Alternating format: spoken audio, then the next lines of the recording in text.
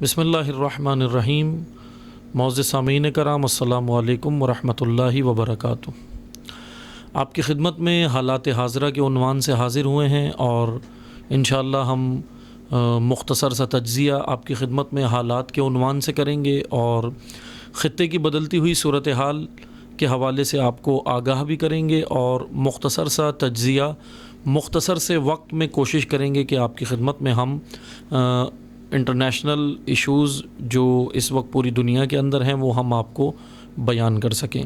سب سے پہلے ہم آپ کی خدمت میں جو خبر دینا چاہیں گے وہ روس اور یوکرین کے معاملے کے اوپر ہے، اور یقیناً آپ جانتے ہیں کہ پوری دنیا آگاہ ہے کہ اس وقت روس اور یوکرین کے درمیان میں جو جنگ چل رہی ہے وہ اس وقت ایک الگ نوعیت اختیار کرنے جا رہی ہے یہ جنگ، کیونکہ اس وقت میں پہلے آپ کو مختصر سی نیوز دیتا چلوں یہاں پہ کہ روس نے اس وقت زرکون میزائل، یہ ایک جدید قسم کا رشیا کا ایک یہ میزائل ہے جو اس وقت رشیا نے اب یہ میزائل استعمال کرنا شروع کر دیا ہے، اور اس کا مطلب یہ ہے کہ یہ جنگ اب معمولی نہیں رہی ہے۔ اگرچہ یوکرین کوئی خاص بڑا ملک نہیں ہے، یوکرین کوئی خاص بڑی طاقت نہیں ہے، لیکن یوکرین کے پیچھے امریکہ اور نیٹو کی وجہ سے یوکرین کو جو سپلائی دی جا رہی ہے ہتھیاروں کی اور دیگر جدید سسٹم کی، اس کی وجہ سے یوکرین اگرچہ رشیا کے سامنے کچھ بھی نہیں ہے یوکرین، لیکن اس وقت رشیا کے اوپر یوکرین پھر بھی بھاری پڑ رہا ہے۔ کیسے پڑ رہا ہے؟ کیونکہ پیچھے سے نیٹو کی مدد اور امریکہ کی مدد کی وجہ سے۔ اور روس نے جو اس وقت زرکون میزائل استعمال کیے ہیں تو اس کا مطلب یہ کہ پوزیشن اب جنگ کی بہت خطرناک مراحل میں داخل ہو گئی ہے، اور یہ میزائل اب تک کا سب سے خطرناک میزائل ہے جو رشیا نے استعمال کیا ہے، یعنی رشیا کے پاس جو سب سے زیادہ جدید ترین میزائل ہیں، اور میزائلوں کے اندر رشیا امریکہ سے بھی آگے ہے میزائل ٹیکنالوجی کے اندر۔ رشیا کا جو سب سے اہم ترین میزائل ہے یا سب سے زیادہ جدید اور لیٹسٹ میزائل ہے وہ یہ ہے زرکون میزائل، اور میں یہاں بیان کرتا چلوں یہ سب سے خطرناک میزائل ہے، اور اس کی خصوصیت یہ ہے کہ یہ دنیا کے کسی بھی ریڈار سسٹم کے اندر آ نہیں سکتا، کوئی ریڈار اس کو پکڑ نہیں سکتا۔ رشیا نے ابھی یہ استعمال کیا ہے، اور اس کی ایک اور خصوصیت یہ ہے کہ 7000 کلومیٹر فی گھنٹہ کی رفتار سے یہ اتنی اسپیڈ سے نکلتا ہے یہ میزائل اور اپنے ہدف کو نشانہ بناتا ہے، یعنی یہ جو میں پلک جھپک رہا ہوں، پلک جو ہم جھپکتے ہیں اس سے بھی زیادہ اسپیڈ سے یہ میزائل جو ہے وہ آنکھوں کے سامنے سے گزر جاتا ہے، اور جس جگہ کو یہ نشانہ بناتا ہے یہ میزائل ریڈار سسٹم کا پکڑنا تو کجا، وہاں جب لگ جاتا ہے تو پھر پتہ چلتا ہے کہ یہاں کوئی چیز آئی تھی اور یہ میزائل گرا ہے۔ یعنی اس اسپیڈ کے ساتھ یہ جو ہے وہ میزائل رشیا کے پاس موجود ہے جو رشیا نے استعمال کیا ہے، اور یوکرین کی جنگ میں اب وہ استعمال کر رہا ہے۔ دوسری جانب رشیا نے اپنی آرمی کے لیے ایک اور اہم کام یہ کیا ہے کہ اپنی ملٹری کے لیے رشیا نے بلٹ پروف سوٹ بھی بنا کے دیے ہیں۔ بلٹ پروف سوٹ یعنی اب جو رشیا کی آرمی اور رشیا کے جو فوجی جو میدان میں اترے ہوئے ہیں یوکرین کے خلاف جنگ میں، انہوں نے بلٹ پروف جیکٹیں، صرف جیکٹ نہیں ہے بلٹ پروف جیکٹیں تو تمام ممالک بنا ہی لیتے ہیں، لیکن رشیا نے ایک بڑی اہم ٹیکنالوجی استعمال کی ہے کہ بلٹ پروف سوٹ پورے بنائے ہیں، اور بلٹ پروف سوٹ کے اندر ایک اہمیت یہ، اس کے اندر خاصیت یہ ہے کہ یہ ایسے سوٹ ہیں جس کے اندر گرمی بھی نہیں لگتی فوجیوں کو، اور مشین گن خود اس سوٹ سے کنیکٹ ہو کے نشانہ صحیح جگہ پہ لگاتی ہے۔ یہ اس بلٹ پروف سوٹ کی جو ہے وہ خصوصیت ہے، لیکن اس میں ایک کمی ہے، اس کو کمی کہیں یا خطرہ کہیں، کہ اس کی بیٹری جو ہے وہ ختم ہو سکتی ہے، اور اگر بیٹری اس کی ختم ہو جائے تو پھر ہوتا یہ ہے کہ پھر یہ سوٹ کھلتا نہیں ہے، یعنی اگر فوجی اس سوٹ کے اندر ہے اور بیٹری ختم ہو گئی، چارجنگ ختم ہو گئی، تو پھر تو سمجھیں کہ یہ سوٹ جو ہے وہ اس کا مطلب فوجی کا پھر کام ہو گیا، کیونکہ پھر وہ فوجی اس سے باہر نہیں نکل سکتا۔ اس کے اندر ایک یہ ہے۔ بہرحال بس رشیا کی بیٹریاں بھی ظاہر سی بات ہے، رشیا کی بیٹری بھی بڑی جدید ہوگی، لیکن اگر چائنا سے نہ لی ہو، البتہ اگر چائنا سے لی ہو تو پھر مشکل ہو سکتی ہے، لیکن اگر رشیا نے خود بنائی ہے تو پھر تو بیٹری بھی اس کے اندر بڑی جدید لگی ہوگی۔ یہ رشیا کے حوالے سے بہرحال خبر تھی۔ دوسری جانب یوکرین پوری